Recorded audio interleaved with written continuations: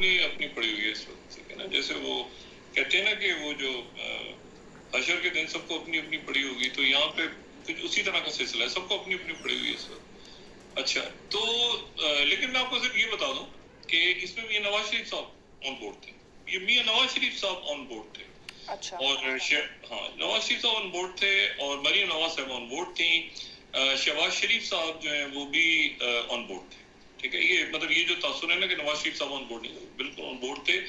اور نواز شریف صاحب جو ہیں وہ دیکھیں جماعتوں میں کبھی کبھی ایسا ہوتا ہے، یہ پیپلز پارٹی کے اندر بھی زرداری صاحب نے بھی یہ ایشو فیس کیا ہے شروع میں بے نظیر صاحبہ کی شہادت کے بعد، کہ مطلب ایک بہت سا بڑا سا گروپ تھا جو ان کو تسلیم نہیں کرتا تھا. پھر وہ ظاہر ہو گئے معاملات ٹھیک بعد میں. نواز شریف صاحب کے بھی پارٹی کے اندر ظاہر گروپس، پہلے بھی گروپ تھا ایک نثار صاحب کا اور خواجہ آصف صاحب اس طرف ہوتے تھے. پھر لیکن یہ کہ وہ اب اسحاق ڈار صاحب نے جو بات کی تو ظاہر نواز شریف صاحب کی مرضی سے پھر خواجہ آصف صاحب نے بیان دیا نا کہ نہیں ان کا نام نہیں ہے اسحاق ڈار صاحب کا، اسحاق ڈار صاحب کا نام ہی ٹھس ہو گیا. تو پھر اس کے بعد جو ہے وہ رانا ثناء اللہ صاحب نے بیان دیا، تو خود تو نہیں دیا ہوگا نا، میاں صاحب کی مرضی سے ہی دیا ہوگا. تو میاں صاحب اس طرح ہوتا ہے پارٹیز کے اندر نا کہ وہ ایک آدمی ایک بات کر دیتا ہے کہ دوسرا آدمی ظاہر ہے کہ وہ سب میاں صاحب سے ڈائریکشن دیتے ہیں، میاں نواز شریف صاحب سے.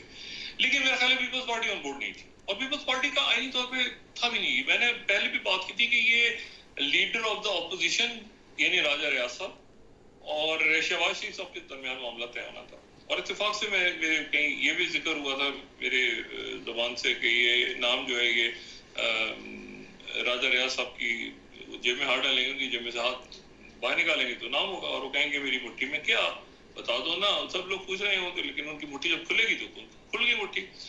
تو وہ ناز پان مسالہ والا جو ایک تھا بچہ یا خاتون یا جو بھی تھی انتظار میں آتی تھی، تو یہ ہے کہ وہ اسی طرح سے ہوئی نام آ گیا اور بڑا اچھا نام.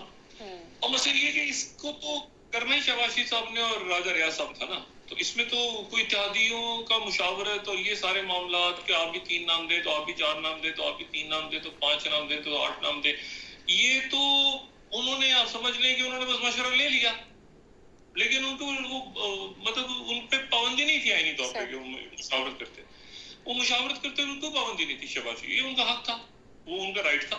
یہ بالکل ایسے ہی جیسے کہ نومبر میں آرمی چیف میں تو انہوں نے اپوزیشن لیڈر سے مشاورہ نہیں، ان کا اپنا حق تھا کہ وہ خود اناؤنس کرتے. نواز شریف صاحب نے بات کی، انہوں نے اناؤنس کر دیا. اسی طرح یہ جو فیصلہ انہوں نے کرنا تھا تو ان کا اور کنسلٹیشن انہوں نے کرنی تھی راجہ ریاض صاحب سے، انہوں نے کی اور نام اناؤنس کر دیا. اب اس سے نہیں پوچھا، اس سے نہیں پوچھا، اس سے نہیں کیا، وہ ناراض. یہ آپ جتنے ہیں نا یہ آپ ان سب سے بھی مطلب ہے کہ وہ کہتے ہیں نا کہ ہم ہوئے تم ہوئے کہ میر ہوئے سب اس کی زلف کے اسیر ہوئے. ان سے ذرا آپ ان کا نام لے لیتے تو 2 منٹ میں ان کو پیچھے کر کے اپنا نام دے دیتے جتنا ناراض بیٹھے. تو میں اس لیے کہہ رہا ہوں، کہتا ہوں کہ یہ تو باتیں چھوڑ دیں، ہم بھی بہت کچھ جانتے ہیں، ہم نے بھی دیکھا ہے راستے میں، وہ بھی جانتے ہیں، نواز شریف صاحب بھی جانتے ہیں، زرداری صاحب بھی جانتے ہیں، مولانا صاحب بھی، اختر میں کا بھی آپس میں دوست ہیں.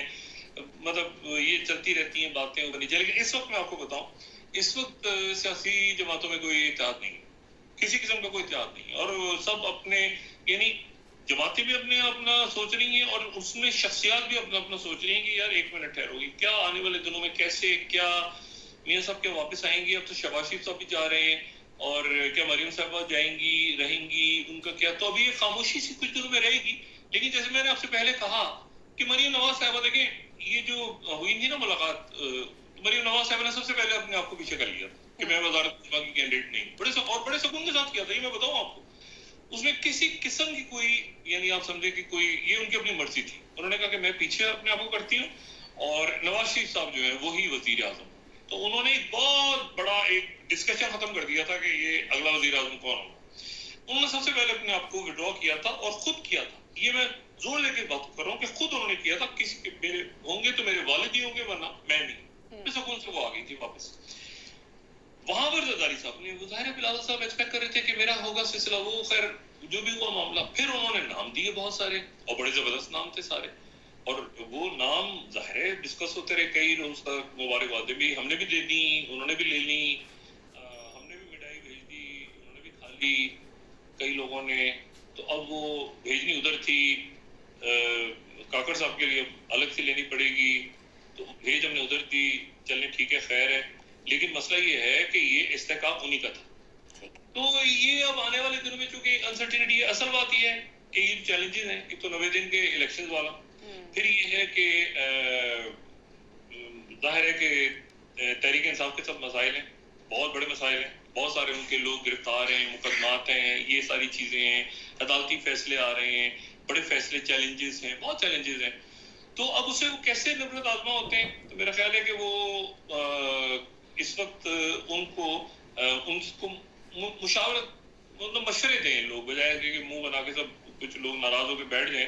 انہوں مشورہ دیں اور کوشش کریں کہ ملک جو ہے وہ آگے الیکشنز کی طرف جائے. یہ مہنگائی کا جو معاملات اور IMF نے آ جانا ہے, دوبارہ جائزہ لینے, اور بہت کچھ ہے, اصل بہت کچھ ہے جو ہم نے کرنا ہے بطور نیشن.